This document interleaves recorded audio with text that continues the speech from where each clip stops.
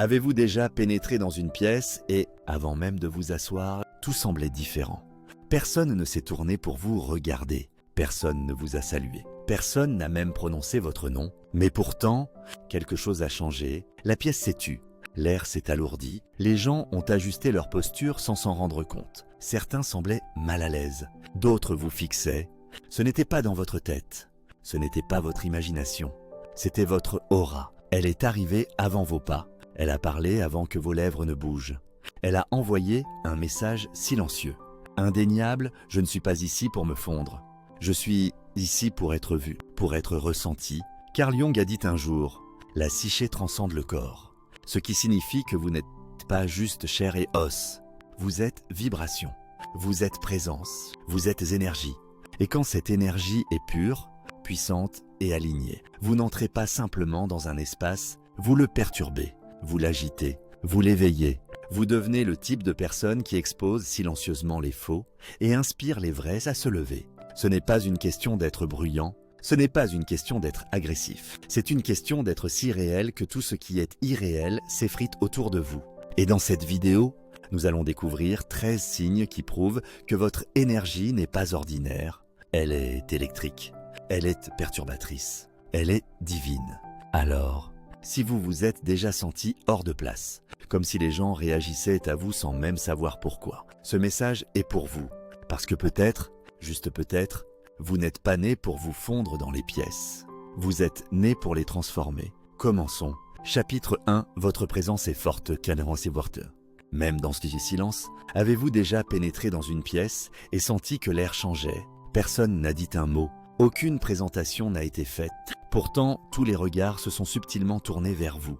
Pas à cause de vos vêtements, pas à cause de votre statut, mais à cause de quelque chose de plus profond, quelque chose d'inexprimé.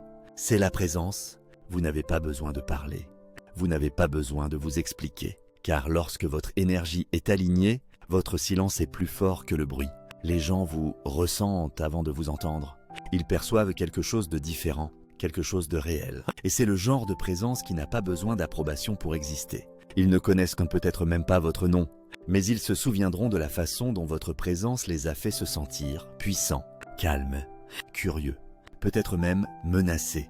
Car lorsque vous entrez en tant que votre moi authentique, vous perturbez la norme. Et les gens n'oublient pas ceux qui leur font ressentir quelque chose. Pourquoi cela arrive-t-il? Parce que votre psyché entre dans l'espace bien avant votre corps. Votre aura entre avec autorité. Et elle ne demande pas la permission. Elle murmure quelque chose d'audacieux. Je ne suis pas ici pour jouer un rôle. Je suis ici pour être réel. Et ce genre de vérité, c'est magnétique. C'est rare. Et dans un monde plein de masques et de rôles, c'est inoubliable. Rappelez-vous ceci. La présence n'est pas une question d'être bruyant, c'est une question d'être aligné. C'est une question de maîtriser votre énergie si profondément que votre silence devient un miroir reflétant la vérité, la confiance et l'authenticité. C'est le pouvoir et c'est ce qui vous rend inébranlable. Chapitre 2. Vous déclenchez les ombres des autres.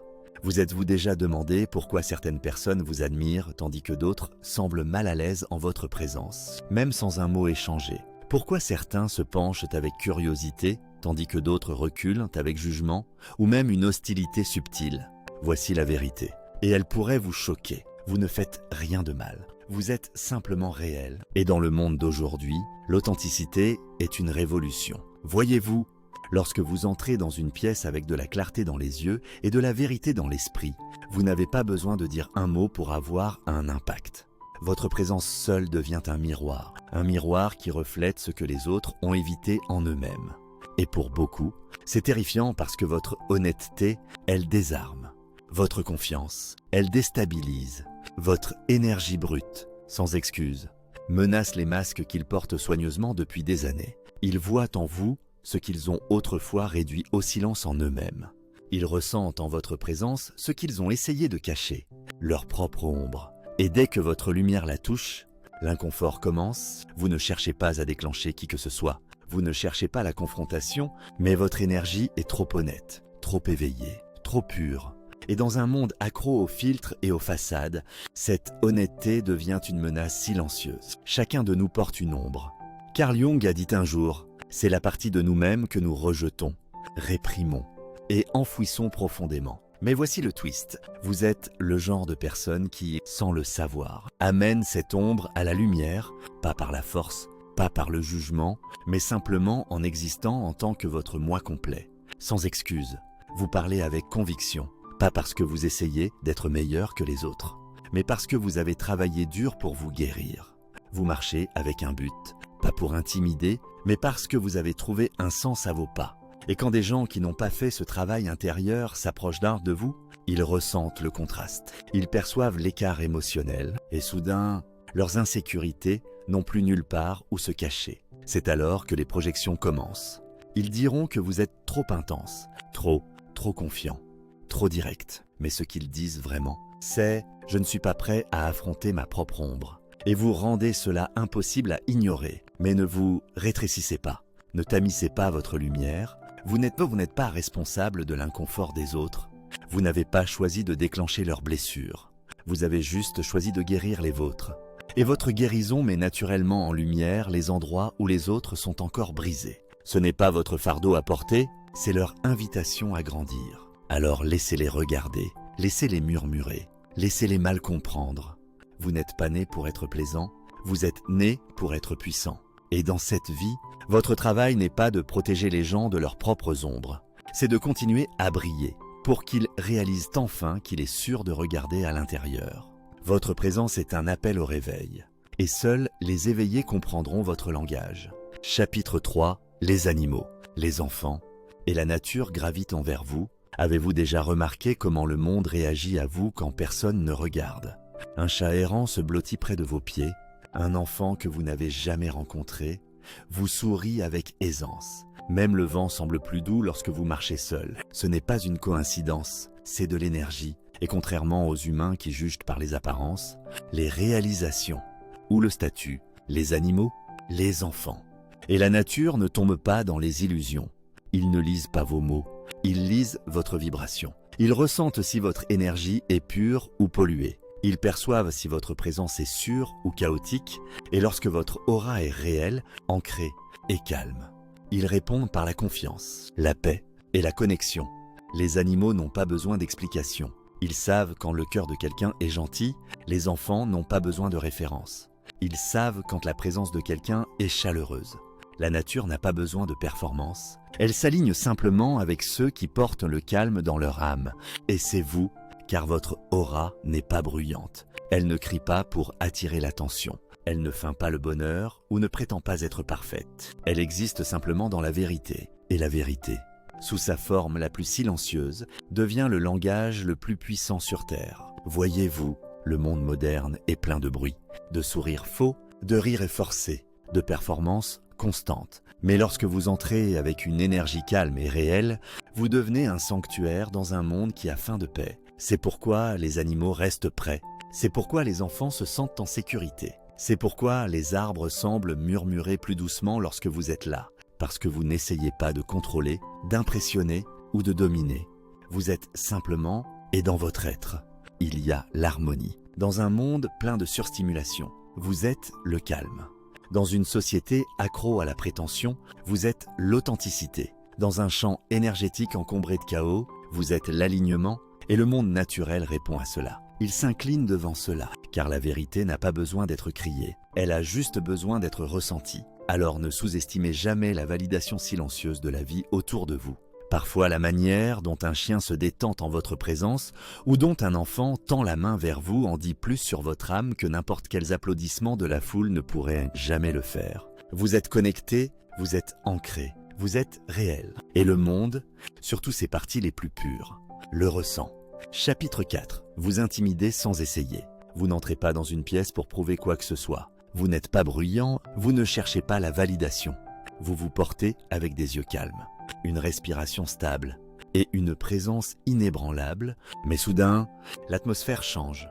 Les gens se redressent.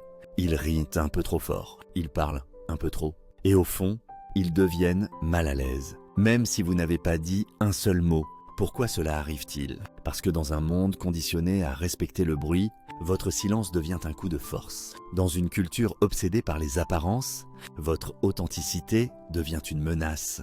Vous n'essayez pas d'être intimidant. Vous ne gonflez pas la poitrine ou ne faites pas semblant d'être bravache. Mais vous ne vous cachez pas non plus. Et cela seul secoue les gens au plus profond d'eux-mêmes. Voyez-vous, quand quelqu'un n'a pas fait la paix avec qui il est, votre présence l'expose, pas par la force, pas par le jugement, mais en étant simplement réel dans un espace plein de masques. C'est pourquoi ils érigent des murs. C'est pourquoi leur rire semble faux, car au fond, ils savent. Vous voyez, à travers, votre calme dite. J'ai fait le travail, votre énergie murmure, je sais qui je suis. Et pour ceux qui n'ont même pas commencé leur chemin de guérison, ce genre de présence ressemble à de la pression. Ça ressemble à une exposition. Ça ressemble à une tempête silencieuse traversant leur performance. Et alors, ils s'agitent. Ils forcent des sourires. Ils remplissent le silence de bruit parce qu'ils ne supportent pas de s'asseoir avec ce que votre présence fait ressortir en eux. Mais écoutez attentivement, vous n'êtes pas le méchant dans leur histoire. Vous êtes le miroir, le reflet de tout ce qu'ils ont enfoui, évité ou craint. Et bien que cela puisse les intimider, cela les invite aussi à se lever. Vous n'avez pas à changer, vous n'avez pas à adoucir votre vérité ou tamiser votre lumière. Car votre existence n'est pas une attaque, c'est une norme. Et seuls ceux qui sont prêts à se lever vous comprendront vraiment. Alors continuez à marcher en silence. Continuez à vous présenter tel que vous êtes. Les bons verront votre paix non pas comme une menace, mais comme une boussole les ramenant à eux-mêmes. La tempête n'est pas à l'extérieur. C'est ce que vous éveillez à l'intérieur. Chapitre 5. Vous changez l'énergie de toute la pièce. Vous ne vous en rendez même pas compte la plupart du temps. Vous êtes juste vous, calme, ancré, présent. Mais quelque chose de subtil, d'indéniable se produit. Dès que vous entrez dans la pièce, l'air semble différent. Les conversations changent. Les postures se modifient. L'énergie s'ajuste sans un seul mot de votre bouche. Et vous vous demandez pourquoi les gens deviennent soudainement silencieux. Vous regardent plus longtemps, ou même bafouillant leurs mots. Voici la vérité. Vous n'êtes pas entré, votre fréquence l'a fait. Ce n'est pas le pouvoir par la domination. Ce n'est pas le charisme par un charme forcé, c'est la présence vibratoire. Ce n'est pas ce que vous faites, c'est ce que vous êtes, un champ mouvant de vérité, un reflet vivant de l'alignement. Vous n'avez pas besoin de projecteur. Vous n'avez pas besoin de validation car votre aura parle avant que vous n'ouvriez la bouche. Et le monde écoute. Même s'il ne comprend pas pourquoi, vous portez quelque chose d'ancien, d'intemporel. Votre énergie contient des symboles, des archétypes, des codes, des échos de lignées oubliées depuis longtemps et les gens ne peuvent pas l'expliquer. Mais ils le ressentent profondément dans leurs os. Ça remue quelque chose en eux. Quelque chose d'ancestral, quelque chose de spirituel. Comme si un souvenir perdu de pouvoir, de but ou de douleur venait de s'éveiller. Et ils ne savent même pas ce qui les a frappés. Vous entrez comme une brise, mais changez l'espace comme une tempête. Pas bruyant, pas agressif, mais indéniable, ce n'est pas de la magie, c'est de l'alignement. Lorsque votre âme est enracinée dans la vérité, votre présence réarrange naturellement tout ce qui ne l'est pas. Les gens se sentent vus d'une manière dont ils n'étaient pas prêts. Ils se sentent en sécurité ou exposés, attirés ou secoués jusqu'au fond d'eux-mêmes. Vous n'êtes pas juste une personne, vous êtes un miroir, un portail, un rappel. Et l'énergie ne ment pas, elle répond à qui vous êtes à chaque fois. Alors, si vous avez déjà senti que les gens vous traitent différemment, vous observent, réagissent étrangement à votre présence. Comprenez ceci, vous n'avez pas dérangé la pièce. Vous avez simplement révélé ce qui était déjà là. Vous changez les fréquences. Vous éveillez les vérités. Vous ramenez l'invisible à la surface. Et ce n'est pas quelque chose que vous faites, c'est quelque chose que vous êtes. Chapitre 6. Vous lisez les gens sans mots. Vous entrez dans une pièce et instantanément quelque chose vous frappe. Vous ne pouvez pas l'expliquer. Personne n'a rien dit. Tout le monde sourit. Tout semble normal. Mais au fond, vous savez que quelque chose ne va pas. Il y a de la tension dans l'air. Une harmonie feinte derrière les rires. L'énergie de quelqu'un ne correspond pas à ces mots. Et non, vous n'êtes pas paranoïaque. Vous n'êtes pas dramatique. Vous ne suranalysez pas. Vous êtes juste profondément conscient. Vous n'attendez pas que les gens s'expliquent, car vous avez déjà ressenti ce qu'ils ont trop peur de dire. Cette gêne dans la posture de quelqu'un, cette lueur d'insécurité derrière leurs compliments, ce changement soudain de ton, vous captez tout sans essayer. Carl Jung appelait cela la perception symbolique, une sorte d'intelligence intuitive profonde qui lit l'énergie avant de lire les mots. C'est comme si vous parliez un langage invisible, fait de signaux corporels, de micro-expressions, de fréquences émotionnelles. Et une fois que vous êtes connecté à ce langage, vous ne pouvez plus l'ignorer. Ce n'est pas un super pouvoir, ce n'est pas un don mystique, c'est le résultat naturel d'avoir fait votre propre travail intérieur. Lorsque votre aura est claire, votre perception s'aiguise, vous commencez à ressentir la météo émotionnelle des gens, pas à partir de ce qu'ils disent, mais de ce que leur âme laisse échapper. Vous ressentez le chagrin derrière le sourire, vous remarquez l'envie derrière l'éloge, vous percevez la tempête derrière le « je vais bien » et cette conscience vous rend différent. Parfois même parce que vous ne pouvez plus jouer le jeu des conversations superficielles. Vous aspirez à la profondeur, vous aspirez à la vérité. Et les masques superficiels irritent votre esprit. Les gens peuvent vous trouver intense ou trop, mais en réalité, vous êtes juste honnête, énergétiquement. Et c'est rare, dans un monde où tout le monde essaye de dire la bonne chose, vous êtes celui qui ressent la vraie chose, alors faites confiance à cette conscience. Honorez cette intuition. Car pendant que les autres sont occupés à écouter les voix, vous êtes connecté à la fréquence en dessous, et dans cet espace, vous ne lisez pas juste les gens. Vous les comprenez souvent mieux qu'ils ne se comprennent eux-mêmes.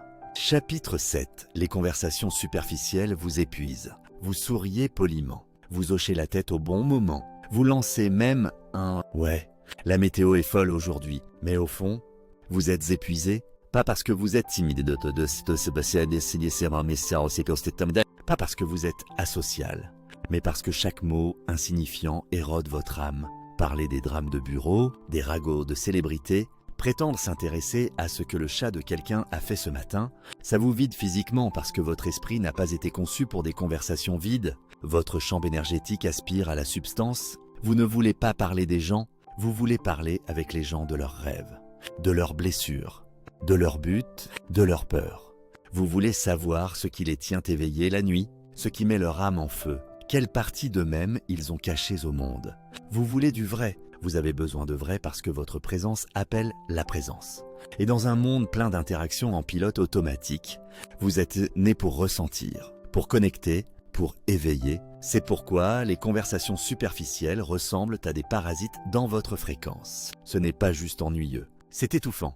Vous commencez à vous sentir physiquement distant, émotionnellement engourdi, parce que votre système enregistre cela comme du bruit. Et vous êtes construit pour capter le signal. Vous ne voulez pas de conversations qui effleurent la surface. Vous voulez celles qui plongent profondément dans le cœur, dans la douleur, dans la vérité. Car c'est là que votre énergie coule sans effort. C'est là que votre aura s'étend, ne se contracte pas. Et bien sûr, cela vous rend différent. Tout le monde ne comprend pas. Certains peuvent vous trouver intense, trop sérieux ou difficile à parler. Mais ceux qui sont vraiment éveillés, ils ressentent autant la magie dans votre profondeur. Ils ressentent l'attraction vers quelque chose de réel.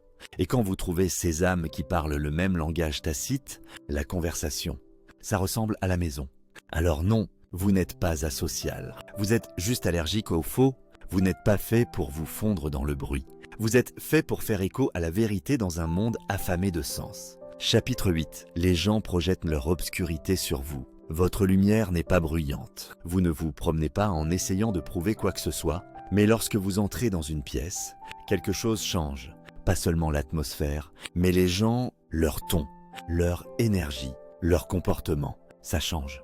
Parfois instantanément, et vous vous demandez « qu'ai-je fait de mal ?» Voici la vérité, rien. Vous ne les avez pas blessés, vous ne les avez pas manqué de respect. Mais votre présence a perturbé quelque chose qu'ils essayaient de garder caché. Car lorsque votre lumière brille avec clarté, elle dérange l'obscurité qu'ils ont essayé d'ignorer. Tout le monde n'est pas prêt à voir ses blessures. Tout le monde ne veut pas affronter ses propres mensonges. Et vous devenez le miroir qui rend ces ombres impossibles à échapper. Alors que font-ils ?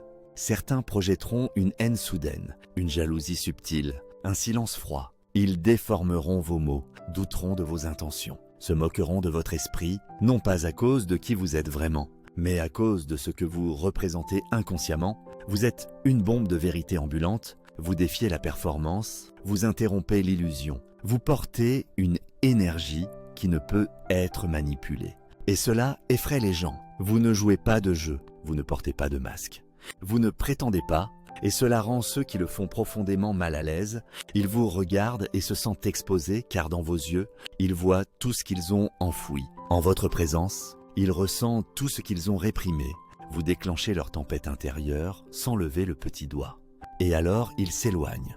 Au pire, ils se rapprochent, portant l'admiration comme un costume, seulement pour la transformer en ressentiment lorsqu'ils réalisent que vous ne vous rétrécirez pas pour eux.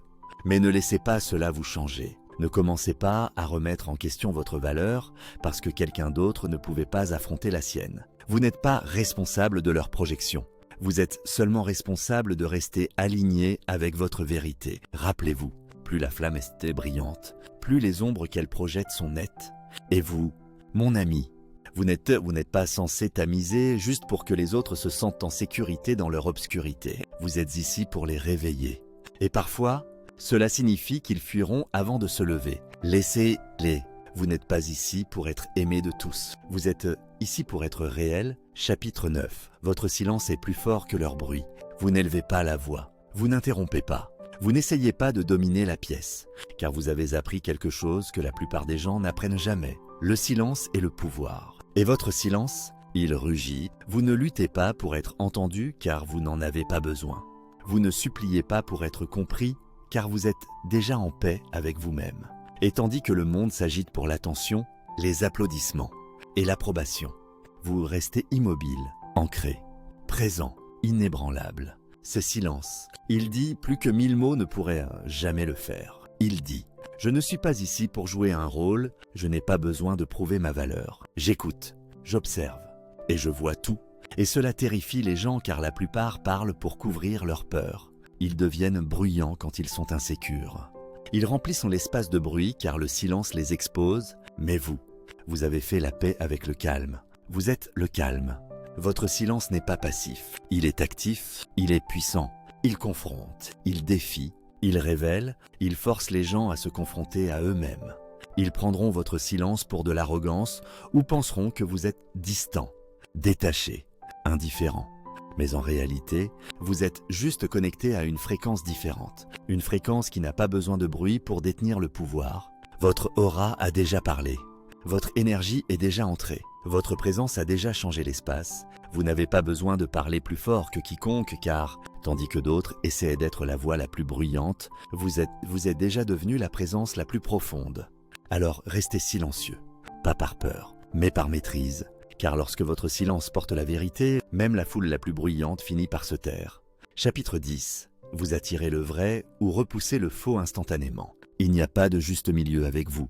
Les gens soit se rapprochent, soit ils fuient, ils soit se sentent magnétiquement attirés par votre énergie, soit ils vous évitent comme un miroir qu'ils ont passé des années à fuir. Et la partie la plus belle, vous n'essayez même pas, vous ne faites pas de spectacle, vous ne suppliez pas pour être aimé. Vous ne changez pas de forme pour vous intégrer. Vous existez simplement en tant que votre moi brut, ancré, non filtré, et ce faisant, votre énergie devient un filtre naturel. Certaines personnes vous rencontreront et se sentiront vues, non pas pour qui elles prétendent être, mais pour qui elles sont vraiment. Elles se sentiront en sécurité, acceptées, comprises, peut-être pour la première fois, car votre présence ne juge pas, elle invite, elle ouvre, elle dit « Viens tel que tu es, pas tel qu'on attend de toi, mais d'autres. » Elles se sentiront exposées, mal à l'aise, déclenchées, car la version d'eux que vous voyez est celle qu'elles ont passé une vie à cacher. Vous ne parlez pas le langage du faux.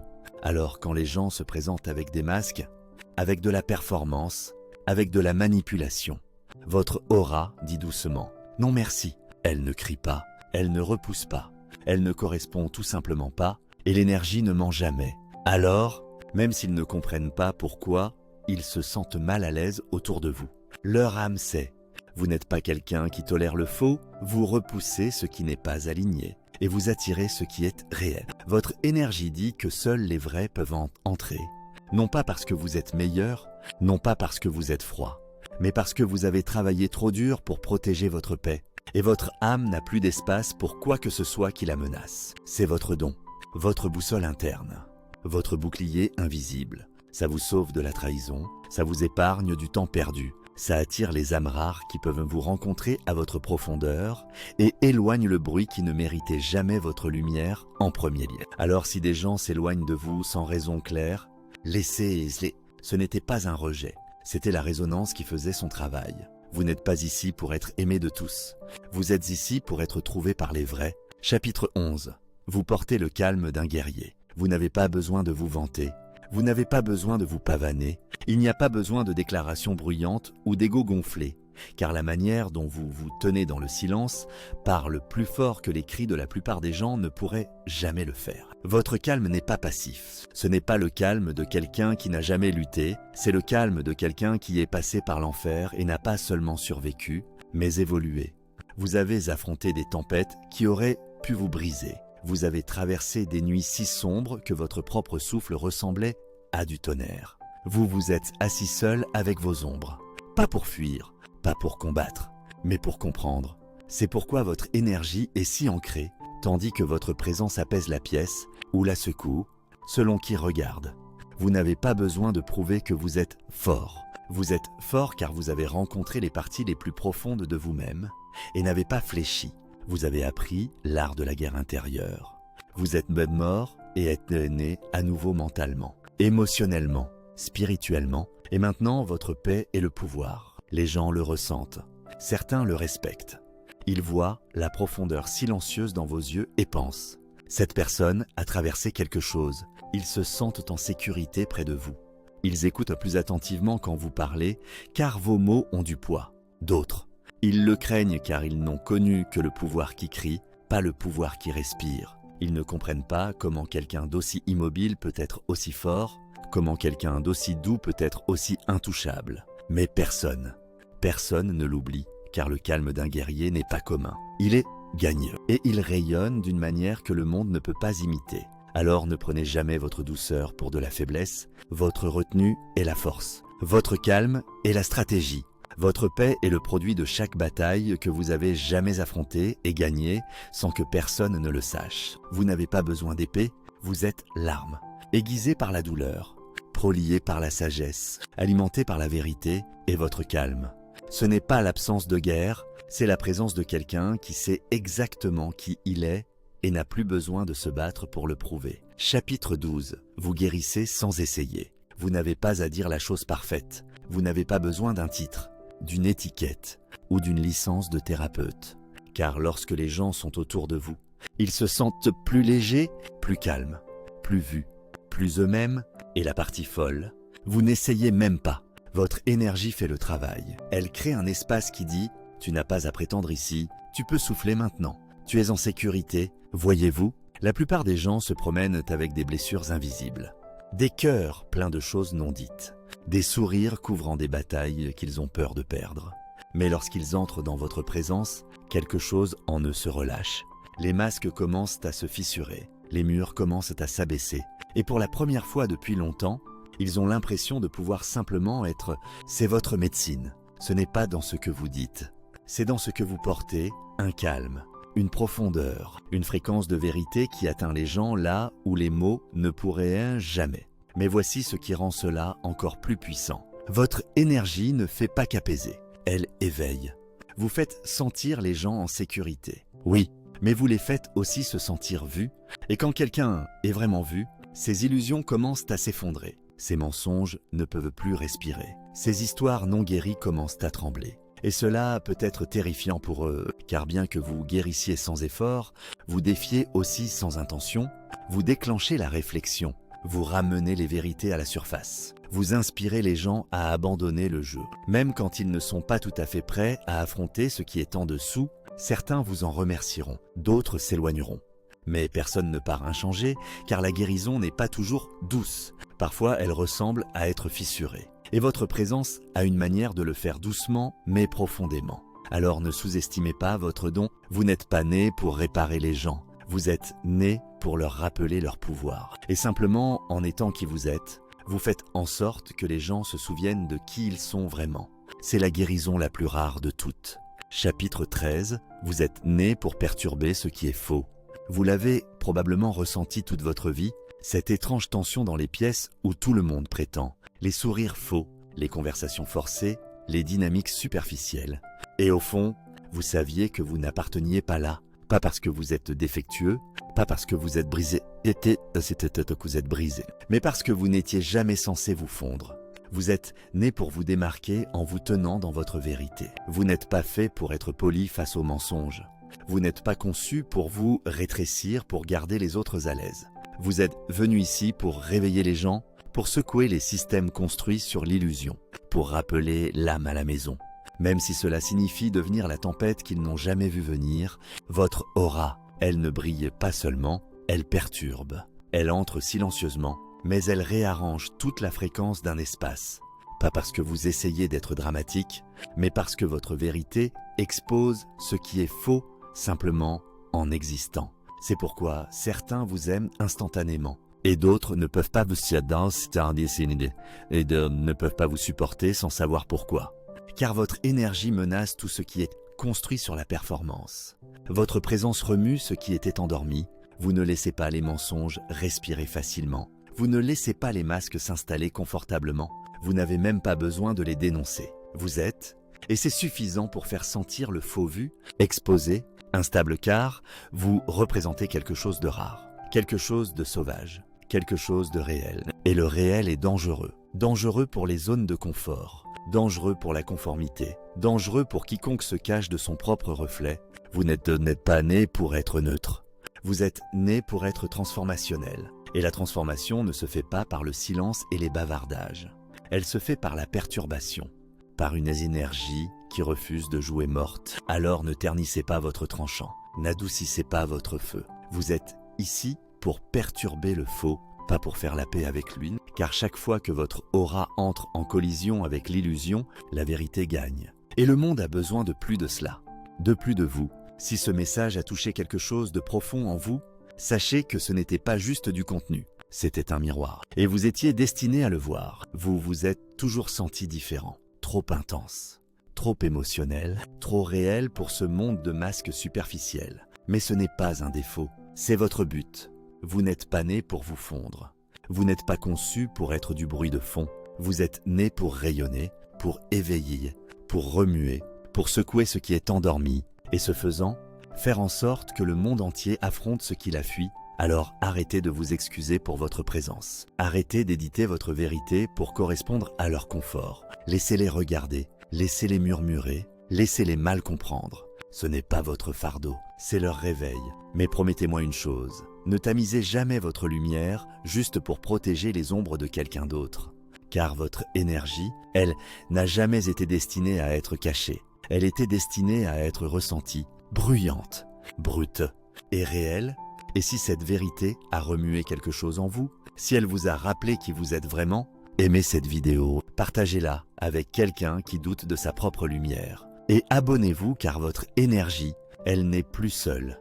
Bienvenue dans la tribu, c'est votre espace, vos gens, votre vérité, la fin. Mais en réalité, ce n'est que le début, élevons-nous ensemble,